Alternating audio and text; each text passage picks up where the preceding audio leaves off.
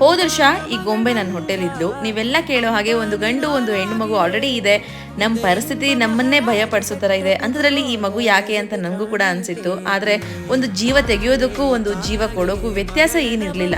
ದೇವ್ರಿದ್ದಾನೆ, ಇವತ್ತಿನ ಪರಿಸ್ಥಿತಿ may be ಸರಿ ಹೋಗ್ಬೋದೇನೋ ನೋಡೋಣ ಅಂದ್ಕೊಂಡು ಉಸಿರುಗಟ್ಟಿಸೋ ಪರಿಸ್ಥಿತಿ ಇದ್ರೂ ಕೂಡ ಅವತ್ತು ಮನಸ್ಸು ಗಟ್ಟಿ ಮಾಡಿಕೊಂಡು ಪ್ರಾರ್ಥನೆ ಒಂದೇ ಆಧಾರ ಅನ್ನೋ ರೀತಿ ಎಲ್ಲದೂ ಕೂಡ ಅಕ್ಸೆಪ್ಟ್ ಮಾಡ್ಕೊತ ಅಮ್ಮನ ಧೈರ್ಯ ಗಂಡನ ಬೆಂಬಲದಿಂದ ದಾರಿ ಸಾಗಿದ್ದಂತರೂ ನಿಜ.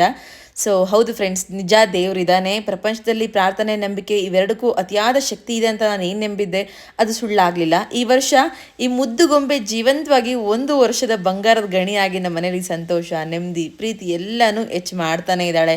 ಜೀವನ ಕೂಡ ಸಾಕಷ್ಟು ಬದಲಾಗಿದೆ, ಪರಿಸ್ಥಿತಿ ತುಂಬಾ ಸುಧಾರಿಸಿದೆ.